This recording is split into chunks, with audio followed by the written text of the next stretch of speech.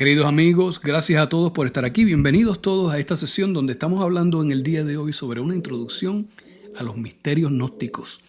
A nosotros siempre nos gusta la idea de comenzar todas estas sesiones citando directamente las palabras del venerable maestro Samael Aun Weor. Y Samael dice: los principios básicos de la gran sabiduría universal son siempre idénticos.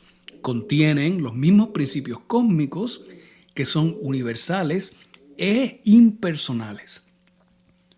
Y a nosotros eso nos parece fantástico, pero también nosotros somos 100% prácticos. Y nos gusta la idea de verificar lo que se nos dice, no tomar las cosas así por el simple valor de que alguien lo haya dicho. Nos gusta indagar, inquirir, analizar y poder comprender qué se nos dice. Así que juntos pongamos a prueba este asunto de que estos principios de la gran sabiduría universal son siempre idénticos, que son siempre los mismos principios cósmicos, que debemos encontrar entonces la misma enseñanza. Para eso, vamos a tomar como ejemplo la historia del origen de la creación, porque sabemos que hay cierta similitud, pero veamos a ver en qué nivel es que esa similitud existe. Para ese efecto, vamos a ver la historia del principio de la creación de una forma neutral y quizás un poco genérica. Por consiguiente, en el principio, una fuerza divina creó el universo, abarcando 6 épocas o días. Ese ser divino formó el mundo y a todos sus habitantes, incluyendo los primeros humanos, Adán y Eva, como un símbolo de aquella primera humanidad. Al colocarlos en un jardín paradisíaco, se les instruyó que siguieran cierta regla y sin embargo desobedecieron y a consecuencia fueron expulsados. Perder entonces esa condición divina trajo consigo el efecto de imperfección, el efecto de sufrimiento en el mundo, y esa desobediencia marcó el comienzo de una necesidad de transformación interna en toda la humanidad. Muy bien. Si tomamos la historia del principio del mundo desde esa perspectiva, vamos a ver entonces qué nos dicen diferentes grandes religiones y podemos comenzar con el cristianismo. De seguro, muchos de ustedes han tenido la oportunidad de escuchar esta historia, ya sea en su catequismo del domingo, ya sea en la escuela privada católica, ya sea en su religión protestante, etc. El cristianismo dice que la creación surge a partir de un caos y que se materializa, en este caso, en 6 días. La historia que se presenta en el Génesis hebraico habla de un paraíso, habla de 2 creaciones del hombre, habla del árbol de la ciencia del bien y del mal y habla también de una serpiente. La serpiente como un personaje muy astuto, muy seductor, capaz de convencer a alguien a hacer algo que no debe hacer. Y esta historia del cristianismo también habla de una caída pleromática. Eso quiere decir una condición del hombre que era una condición superior y cayó entonces como consecuencia una condición inferior, y desde entonces una batalla que existe entre el bien y el mal. De seguro ustedes, los que han escuchado la historia de la creación desde el punto de vista del Génesis hebraico, ven que todos estos puntos son muy interesantes. Y con respecto a las 2 creaciones del hombre, Moisés escribe en el primer capítulo del Génesis, escribe las palabras, citando las palabras del Creador, él dice: hagamos al hombre a nuestra imagen y a nuestra semejanza. Así que Dios creó la humanidad a su imagen. A imagen de Dios lo creó, varón y hembra los creó. Noten qué interesante, hagamos. No solamente se refiere a la divinidad creadora, sino que se refiere a la divinidad creadora como una multiplicidad, quizá como una multiplicidad en la unidad. Pero habla de una creación de humanos donde ellos tienen un balance entre los principios masculinos y femeninos. Para todos los efectos son andróginos. Y es en el segundo capítulo donde dice: entonces Adonai Dios formó una persona del polvo de la tierra y sopló en su nariz aliento de vida, de modo que se convirtió en un ser viviente. Y el Señor Dios plantó un jardín hacia el oriente en el Edén y allí puso al hombre que había formado. Noten dos creaciones enteramente independientes una de la otra. Una donde esas criaturas que se crean surgen de una unidad múltiple perfecta y en ellos existe un balance perfecto entre las polaridades, esas masculina y femenina. Son seres andróginos, divinos, puros. Y entonces hay una creación de hombre donde se habla que el hombre fue creado del barro de la tierra y que se le insufló el aliento de vida a través de sus narices. Esto es muy interesante. En el libro del Corán, que son las escrituras sagradas del Islam, pues también se habla de un mundo creado en 6 épocas. También el Corán habla de un paraíso. También habla de un árbol prohibido y también habla de una fuente de tentación. El Islam también habla de la caída panorámica del hombre. Y con respecto a la creación del hombre, el Islam, en su capítulo 15, entre los versos 26 al 29, dice lo siguiente. Ciertamente creamos al hombre a partir de arcilla seca y resonante, formada a partir de barro negro, mientras que antes creamos a los genios a partir del fuego ardiente. Recuerda cuando tu Señor dijo a los ángeles, ciertamente crearé un ser humano a partir de arcilla seca y resonante, formada a partir del barro negro. Cuando haya terminado de darle forma y haya insuflado en él de mi espíritu, entonces postraos ante él. Es la misma historia, ya sea el Corán o la Biblia cristiana. Ambos están hablando de que es una unidad múltiple, perfecta, lo que es la fuerza de la creación. Está hablando de 2 creaciones independientes de hombre. Una de ellas, de aquellos seres, unos genios creados del fuego ardiente.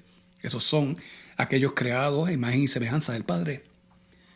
Y entonces habla también de aquellos que se crean del material de la tierra.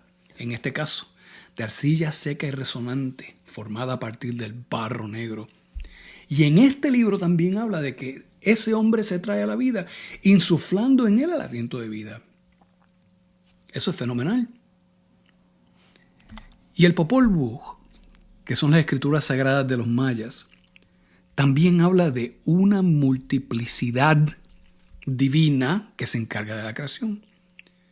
El Popol Vuh dice 6 deidades cubiertas de plumas, incluida la serpiente emplumada Kukulcán, ayudaron a Huracán, el huracán creador, el torbellino eléctrico, a crear la tierra y plantaron una ceiba alta, un yakshe, con raíces en los 9 inframundos y sus ramas en los 13 cielos. Las deidades crearon al hombre de barro, pero no tenían almas y las destruyeron en un gran diluvio. El cielo y la tierra existían, pero no había sol ni luna. Los vanidosos 7 guacamayos afirmaban ser el sol y la luna, pero esto no era cierto. Y los gemelos, Hunahpu e Ixabalanque, el brujito, derrotaron al ave con sus dardos, descendieron a los mundos infiernos, al Xibalbá, y se elevaron para convertirse en sol y la luna. Luego las deidades crearon al hombre usando maíz blanco y amarillo. Qué interesante. Vemos aquí también la multiplicidad divina creadora. También vemos el concepto del árbol de la vida aquí, como una ceiba alta, un yakshe, que tenía raíces en los mundos infiernos y sus ramas en los 13 cielos. Y también vemos aquí la creación de un hombre del barro de la tierra. Pero el Popol Vuh va un poquito más allá y en una narrativa tan corta ya nos habla del diluvio universal, del que Moisés nos habla también en las Sagradas Escrituras de la Biblia. Evidentemente, estos son solamente 3 ejemplos, pero de forma muy clara y precisa satisfacen esas palabras del maestro Samael Aun Weor diciendo, estos son principios universales. Aquí la enseñanza es siempre la misma. Lo que cambia es la forma en la que se entrega. Y allí es donde entra entonces el concepto de la gnosis. Esa palabra gnosis es muy interesante y quizás ha sido abusada por muchos que claman tenerla y conocerla y que la explican de quizás una forma insuficiente. Pero esta palabra gnosis viene del griego nocere, que significa sabiduría. La palabra gnosis implica conocimiento absoluto. Implica un conocimiento que es intuitivo en su naturaleza, especialmente en el tema de lo que es la divinidad. Pero aquí estamos hablando de conocimiento, pero también usamos la palabra sabiduría. Así que, ¿cómo podemos poner esas dos en perspectiva para comprender esto mejor? Queridos amigos, la palabra conocimiento envuelve observación, estudio, información.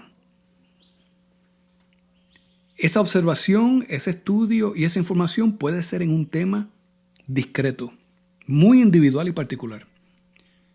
Y según nosotros observamos y estudiamos, recibimos esa información, pues eventualmente hay cierto nivel de comprensión que nosotros podemos desarrollar con esto que es el conocimiento. Así que si hablamos de conocimiento, estamos hablando específicamente de aquello que uno sabe. Y es aquello que uno sabe porque alguien se lo puede haber dicho o lo podemos haber leído sin corroborarlo o se nos puede haber explicado de cierta forma con todos sus biases, con todas sus influencias internas de la persona que lo comparte, etcétera, etcétera. Pero cuando estamos hablando de sabiduría, la sabiduría habla de cómo aplicar el conocimiento. Eso lo que quiere decir es que si nosotros tenemos cierto conocimiento de ciencias y tenemos cierto conocimiento de matemáticas, la unión de lo que es la ciencia y la matemática pues nos llevan a comprender más claramente todos aquellos temas que tienen que ver con física, todos aquellos temas que tienen que ver con química, con biología, etcétera, etcétera. La aplicación del conocimiento requiere la integración de muchas fuentes de información para que según vemos cómo ellas se apoyan unas a otras y cómo ayudan a cementar y crear más nivel de entendimiento, pues eso es lo que nos da la sabiduría. Y nos lleva a un nivel de sabiduría, entender las cosas de esa forma, porque se nos hace posible compartir de esa enseñanza para el beneficio de todos a nivel de la vida de los demás y a nivel del mundo. Pero compartir con buen juicio, con un discernimiento consciente. Así que el conocimiento se basa entonces en lo que uno sabe, mientras que la sabiduría se basa en lo que uno ha reflejado, en lo que uno ha reflexionado profundamente. Es allí la diferencia entre saber y poder ser. La gnosis, como una fuente de sabiduría, es una herramienta de transformación para el hombre. De hecho, Samael Aun Weor dice, la gnosis es una enseñanza cósmica que conduce a la restitución dentro de cada persona de la capacidad de vivir consciente e inteligentemente. Escuchen eso, la capacidad de vivir consciente e inteligentemente. Si nosotros estuviéramos viviendo de forma consciente, evidentemente estaríamos buscando contribuir, colaborar de formas enteramente superiores. Si viviéramos de forma consciente e inteligente, sería imposible que hubieran personas pasando hambre. Sería imposible que hubiesen familias sufriendo por el maltrato que puede existir dentro de ese núcleo familiar. Todo eso sería imposible. Así que evidentemente, dentro de cada uno de nosotros, la capacidad de vivir consciente e inteligentemente ha estado afectada de diferentes maneras. Diferentes personas existen a diferentes niveles de ser. Por consiguiente, diferentes personas actúan y operan a diferentes niveles de conciencia y de la misma forma son capaces de aplicar diferentes niveles de inteligencia a lo que sucede. Y eso quizás nos puede hacer reflexionar en qué eventos hemos estado viviendo, experimentando durante los últimos 50 años. Para ello, permítanme mostrarle un breve resumen aquí en esta imagen. Son solamente 3 las imágenes que vemos aquí, pero nos parece que de cierta forma esto sintetiza claramente lo que ha sucedido en los últimos 50 años. Hace 50 años atrás, en Birmingham, Alabama, pues se manifestó el movimiento de los derechos civiles. Eso fue en el año 1963. Y podemos ver que fueron muchos los conflictos, Muchas personas que tuvieron que sacrificarse profundamente por el beneficio de la misma humanidad, para que hubiesen los mismos derechos, los mismos respetos, que hubiese equidad, no solamente en la forma en que la gente se trata, sino en oportunidades, en beneficios. Los conflictos no se acabaron con el asunto de los derechos civiles en los años 60. En la imagen del centro vemos una serie de militares estadounidenses donde pues, ellos están participando en la batalla de Mogadishu en el año 1993. Y sabemos que desde entonces, conflictos en el Medio Oriente, la guerra en los Balcanes, etcétera, etcétera. Y en el año 2020, las consecuencias a nivel global sobre el efecto del COVID. Tantas personas que sucumbieron a esta enfermedad. Tantas personas que fueron quizás engañadas con el asunto de si la medicina es buena o si no es buena, etc. Estas tres imágenes nos dan una indicación de que quizás nuestro nivel de ser no está a un nivel óptimo y que por consiguiente pues no estamos operando consistentemente a niveles altos de conciencia y no estamos aplicando tampoco una inteligencia superior. Y por eso es que surge la gnosis.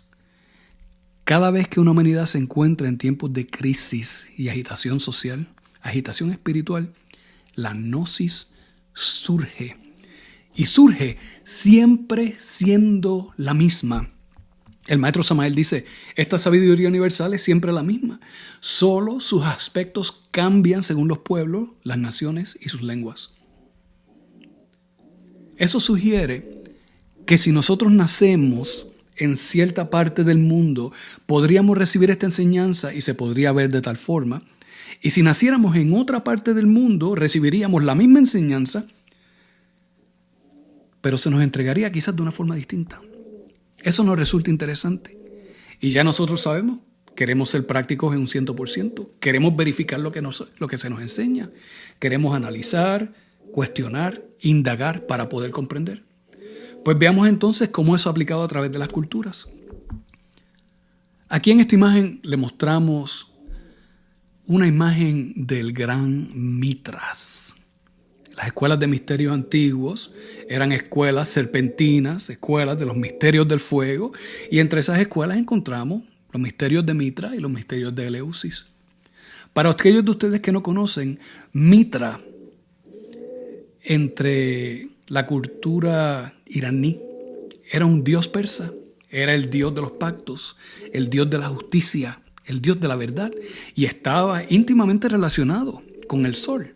O sea que era una enseñanza solar. Mitra era un guerrero de la verdad. Pero según el imperio persa va por su ciclo de manifestación y eventualmente desaparece, surge entonces la cultura romana. Y en la cultura romana también encontramos a Mitras. Y la historia entre los antiguos romanos dice que Mitras nació de una roca. Queremos hacer una pausa. Y queremos decirle que ustedes van a ver muchos paralelos entre Mitras y el gran maestro Jesús. Escuchen. Mitras nace de una piedra. Hay historias que dicen que nació en una caverna o salió de una caverna. Pero el efecto de su nacimiento es un nacimiento milagroso, igual que el nacimiento de Jesús es uno inducido por una concepción inmaculada. Mitras nace de una roca y cuando nace hecho un hombre completo. Y cuando surge, emerge en su nacimiento, nace y en uno de sus brazos, en una de sus manos, mantiene una antorcha, el fuego, o una lanza, símbolo del fuego también. Mitras es concebido de forma milagrosa para ser un salvador de la humanidad. Y entre una de sus batallas, Mitras se enfrenta a un toro. Y cuando él lucha con ese toro, un toro cósmico, y lo vence, cuando él hiere al toro de muerte y se vierte la sangre del toro, esa es la sangre que se usa para fecundar la tierra caótica y darle origen a la creación del cosmos. todos los principios de la tauromaquia,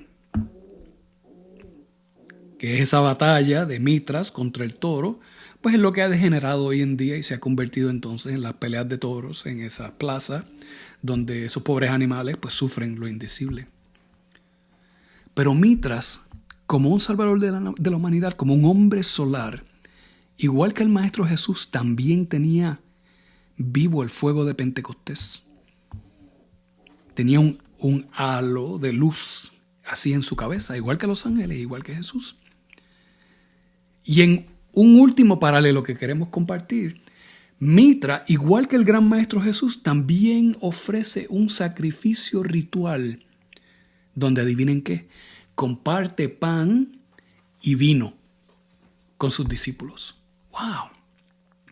Esos son muchas similitudes. Esa es la misma enseñanza en diferentes tiempos, con los mismos símbolos, pero entregada de una forma distinta. Ahora observen en ese tallado de piedra cómo esas criaturas son mitad hombre y mitad serpiente. Ese símbolo de la serpiente lo encontramos también no solamente en el libro de Génesis, sino en otras grandes enseñanzas de las grandes culturas antiguas, como por ejemplo la historia de Hércules, llamémosle Heracles. En uno de los 12 trabajos de Hércules, Hércules se encuentra batallando la hidra de Lerna. Si ustedes no saben lo que es una hidra, pues la hidra era un monstruo de muchas cabezas que vivía en un pantano y aterrorizaba a todos aquellos que llevaban al pantano. El pantano existía en la ciudad de Lerna, en las tierras de Lerna, por eso la hidra de Lerna. Y esta hidra tenía 9 cabezas y el aliento que exhalaba era tan tóxico, la sangre era tan y tan venenosa, que todo aquel que se expusiera al aliento de la hidra o a la sangre de la hidra caía muerto instantáneamente. Y para hacer las cosas más difíciles, si alguien luchaba contra la hidra y le cortaba una cabeza, en el lugar donde la cabeza perecía, salían 2 cabezas más, haciéndola cada vez más difícil de vencer. Pues el gran Hércules se envía a combatir la hidra. Y quien envía a Hércules a luchar contra la hidra de Lerna es el rey Euriteos. Ese nombre es muy particular, porque si hablamos de símbolos, Euris significa vasto, grande, y Teos es Dios, es fuerza, es poder. Así que si traducimos eso, el rey Euriteos, o el gran líder, el gran rey de fuerza y poder abarcador, o sea, Dios, envía entonces a Heracles a destruir la hidra. Pero cuando Heracles está listo para ir a luchar contra la hidra, hay una fuerza que opera contra él. Esa era la fuerza de Hera. Hera odiaba a Hércules. Y para hacerle la tarea más ardua, más difícil, Hera entonces envía un cangrejo para que mientras Hércules está luchando con la hidra, el cangrejo apareciera y con sus pinzas pinchara a Hércules para hacerle la batalla más difícil. Esa Hera es un símbolo tremendo. Para todos los efectos, esa misma Hera es la fuerza de la contratransferencia que mucha gente experimenta todos los días. Decimos, ¿cuántas veces no hemos pensado ir a hacer un servicio? Y aparecen tantos obstáculos, tantas razones por las que eso no se puede hacer. Eso es una fuerza de contratransferencia. Lo mismo que Hera está simbolizando. Pues viendo estas dificultades, y de hecho, ese cangrejo que envía Hera, ese es el cangrejo que como recompensa más tarde se convierte en la constelación del zodíaco de Cáncer. Pero eso es una historia para otro día. Pero ¿qué sucede? Sabiendo entonces de los peligros de la hidra de Lerna, Hércules o Heracles busca entonces a su sobrino Iolaus. Muy interesante el nombre de Iolaus. Encontramos allí 3 vocales muy interesantes, I, A, O, que aparecen en muchísimos rituales antiguos.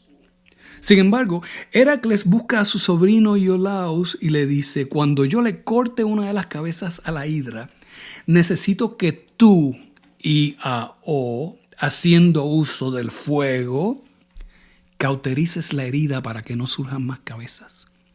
Y así Hércules y su sobrino Iolao se van a luchar contra la hidra de Lerna. Y según Hércules, corta la cabeza y batalla contra el cangrejo. Iolaos cauteriza la herida y poco a poco la hidra se va haciendo más débil. Y cuando Heracles o Hércules llega a la última cabeza, que era la cabeza inmortal de la hidra, Hércules le corta la cabeza y la entierra, pero entierra esa cabeza debajo de una piedra. Amigos, esta historia que es tan fascinante, que está tan llena de acción y de intriga, no es otra cosa que un simbolismo de fuerzas superiores contra las fuerzas inferiores, donde Hércules representa al ser interior profundo de cada uno de nosotros, donde la hidra representa las tentaciones, las dificultades, las adversidades de la vida, donde Ialeo, como el sobrino de Hércules, es parte del fuego interno que existe en cada uno de nosotros. Un fuego que no solamente es capaz de transformarnos, sino que es también capaz de ayudarnos a destruir todas esas manifestaciones inferiores que existen en cada uno de nosotros. Y claro, si Heracles es un símbolo de nuestro real ser interno, la manera en la que él destruye la hidra y permite crear un ambiente donde ella no se reproduzca más es literalmente trabajando en la piedra, aquella piedra filosofal que se menciona tanto en los trabajos de los alquimistas. Esto es muy interesante. Pero ya que hablamos aquí de la serpiente, de las tantas cabezas de la hidra, vemos entonces que la serpiente no solamente es un símbolo de tentación, sino que también es un símbolo de renovación, de transformación, de sabiduría. Y vemos en la tradición griega a la diosa Hygeia, que es la diosa griega de la salud.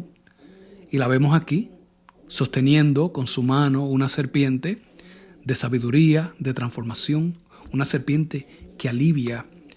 De la misma forma vemos a Kukulcán en las tradiciones de los mayas, la serpiente emplumada, que es un símbolo de las fuerzas cósmicas del Cristo. En la tradición egipcia encontramos a Isis y a Osiris presentados como serpientes. Isis, un símbolo de la divina madre de cada uno de nosotros, la divina madre naturaleza, la divina madre interior, la divina madre espacio, etc. Y también vemos a Osiris como símbolo de nuestro ser interior profundo, como símbolo del logos solar de la creación, aquí como serpientes. Y la serpiente también como un símbolo de las fuerzas catabólicas de la naturaleza que se encargan de poder ayudar a destruir todo aquello que es inferior e inhumano. Allí la vemos en Coatlicue, la diosa azteca de la tierra. La serpiente como un símbolo de transformación, de vida, de sabiduría y también como un símbolo de tentación. Veámosla aquí, enroscada en el cuello del señor Shiva, que en la tradición hindú el señor Shiva es un símbolo del Espíritu Santo. Evidentemente, enroscada como símbolo de sabiduría en su cuello, cerca de la laringe creadora, porque sabemos que el poder de la palabra crea. En el templo de Quetzalcóatl, en Teotihuacán, encontramos la serpiente emplumada como símbolo del fuego y encontramos las imágenes de Tlaloc, el dios del agua, junto al fuego, indicándonos que el trabajo sagrado, el trabajo del templo es un trabajo de fuego y de agua, donde las fuerzas tienen que reconciliarse. Eso claramente aparece en la piedra azteca del sol, donde si miran en la extrema circunferencia de la piedra, a la parte de abajo, encontrarán que hay una serpiente que tiene 2 cabezas que se encuentran una ante la otra. Una de ellas es Quetzalcóatl, la fuerza del Cristo en cada uno de nosotros, y la otra es su sombra, una fuente de tentación.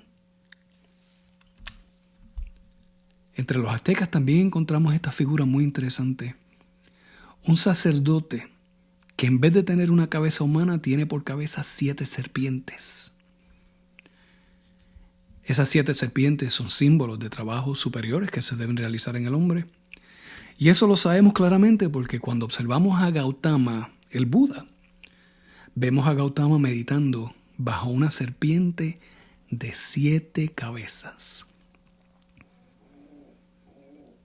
Pues como ustedes pueden ver, amigos, la serpiente, la enseñanza de todas estas escrituras sagradas son todas muy similares.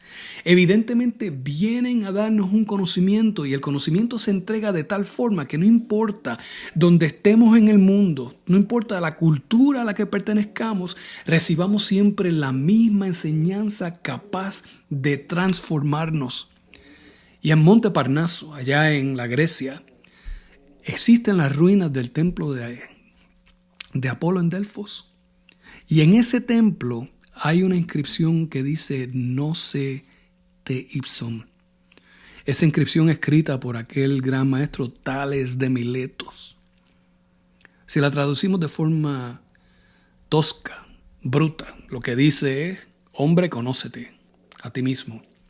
Pero cuando indagamos un poco más en el significado de esas palabras, lo que nos dicen es, hombre, conócete a ti mismo y conocerás el universo y los dioses. Esa enseñanza entonces tan profunda debe invitarnos a preguntarnos, entonces, ¿qué es esto? ¿Qué es eso de la gnosis? Amigos, y nosotros queremos decirle que la gnosis no es una religión.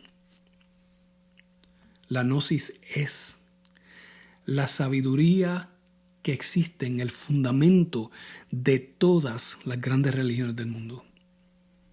La gnosis es el conocimiento común del cual todas las grandes religiones del mundo surgen.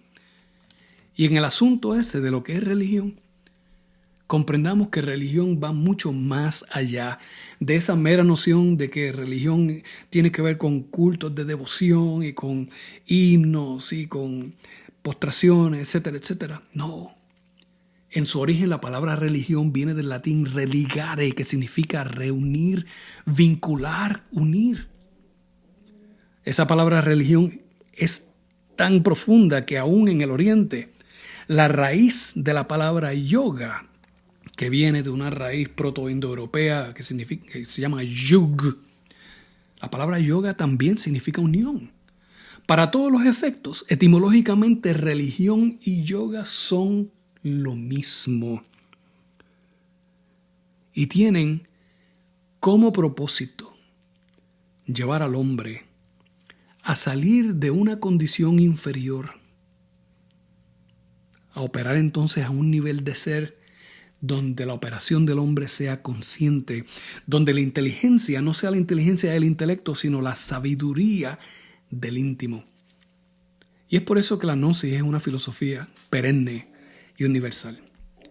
Toda esta sabiduría de la gnosis se entrega siempre a tres niveles, igual que como se ha entregado la sabiduría en todas las escuelas antiguas de misterios. Hay un nivel de cámara pública donde se habla de la gnosis igual que como estamos compartiéndola con ustedes hoy. También hay un nivel intermedio donde hay ciertos secretos que se develan a todos aquellos que demuestren el interés por aprenderlos. Y a nivel avanzado, pues un nivel donde ahondamos no solamente más en la filosofía, sino también en la mística, en la práctica interna, en el autodescubrimiento, en la transformación del hombre. Pues es que son 4 los pilares que le dan apoyo a la gnosis. Estos 4 pilares son la ciencia, la filosofía, el arte y el misticismo. La ciencia no como quizás alguien pueda pensar de laboratorios y químicos, etcétera, etcétera. No, eso es muy superficial. La ciencia en base a la comprensión de los fenómenos naturales en base y en virtud a sus causas y efectos. La filosofía, no como el discurso y el debate, sino la filosofía como el amor a la sabiduría, el arte como el arte regio, donde aprendemos a leer los símbolos, a comprender la enseñanza detrás de esos papiros y esos glifos, esos códices que los antiguos nos han dejado. Y claro, hay un elemento de misticismo, porque la gnosis busca vincular, la gnosis busca reunir al hombre con la fuente de la cual emerge. Y la gnosis tiene un modo de operación, y es un modo de operación muy simple.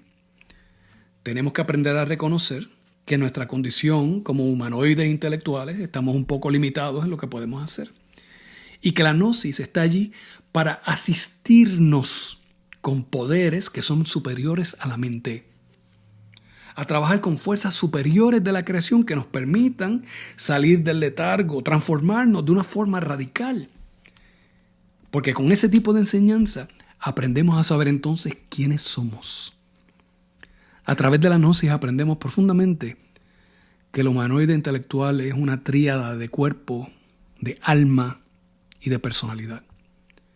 Que más que un cuerpo, hay una serie de fuerzas superiores que nos influyen constantemente y que hay una forma inteligente de hacer uso de esas fuerzas superiores para el beneficio de todos, para el éxito de nuestras tareas, para el éxito en el cambio profundo que estamos buscando y llevarnos nuevamente a la unidad del cosmos. Queridos amigos, si ustedes deciden continuar participando de estas pequeñas charlas, vamos a compartir con ustedes lo que son temas de astrología hermética. Esa astrología hermética le permitirá a ustedes aprender sobre su signo astrológico, sus atributos y sus influencias. De la misma manera, los signos astrológicos de las personas que ustedes aman y que comparten a diario para poder encontrar mejores maneras de compartir. Aprenderán ustedes sobre cuál es su urgencia interna, cuál es su tono fundamental. Aprenderán cómo determinar el tiempo astrológico del día para poder coordinar actividades de forma que las fuerzas del cosmos les ayuden a tener los mejores resultados posibles. Y aprenderán también sobre la cábala del día para poder saber qué sorpresas le pueden esperar durante el día. Aprenderán sobre la cábala del año que de una forma muy profunda les dejará saber cuáles son los retos que ustedes pueden esperar en cualquier año de la vida. También ustedes aprenderán sobre el desarrollo de la personalidad, la influencia de lo que son los 7 planetas de la alquimia en el desarrollo de la personalidad misma. Aprenderán ustedes muy bien cómo encontrar su vocación. La vocación siendo aquello que ustedes hacen en servicio por los demás sin ningún tipo de reparo, que lo hacen con amor infinito, simple y sencillamente por la satisfacción de dar y ayudar sin esperar nada a cambio. Aprenderán claramente la diferencia entre necesidad y codicia. Y aprenderán sobre todo cómo aprender a escuchar. Aquellos de ustedes que decidan continuar participando de estas pequeñas charlas, hablaremos muchísimo sobre la ciencia de la meditación. Ustedes conocerán claramente por qué meditamos, cuáles son las reglas de la meditación, cómo alcanzar un estado donde la mente deje de estar proyectando pensamientos de forma mecánica. Aprenderemos sobre lo que es la reflexión serena. Y hasta aprenderemos sobre las joyas del dragón amarillo que le permitirán a ustedes dominar la mente en formas en que no han dominado hasta hoy. También vamos a compartir temas sobre Cábala, la ciencia de los números, hablaremos del árbol de la vida, hablaremos sobre los arcanos del tarot egipcio y también compartiremos con ustedes las leyes cósmicas. Ustedes aprenderán lo que son las influencias del Solionencius, lo que son las reglas cósmicas, las leyes cósmicas del retorno, la recurrencia. Aprenderemos sobre la transmigración de las almas. Hablaremos sobre la constelación de las Pléyades, el sol central de las Pléyades, los anillos energéticos de las Pléyades y el efecto del planeta Hercólubus, según nos acercamos a los tiempos del fin. Y hasta hablaremos de chakras. No solamente ustedes aprenderán sobre la magia de los chakras, Aprenderán cómo esos chakras se conectan con su sistema endocrino. Hablaremos de elementos, de elementales, hablaremos sobre la magia de la naturaleza y vamos a compartir con ustedes también no menos de 30 claves para que ustedes aprendan a desdoblarse conscientemente en su cuerpo astral. Queridos amigos, todo esto es lo que vamos a compartir con ustedes. Pero queremos que sepan, estamos infinitamente agradecidos por su atención. Estamos infinitamente agradecidos por escogernos para escuchar esta pequeña charla. Y esperamos que semana tras semana se unan a nosotros y que participen de esto, porque esto es para el beneficio de todos. Queridos amigos, hasta aquí mis palabras. Que todos los seres sean felices. Que tengan un buen día.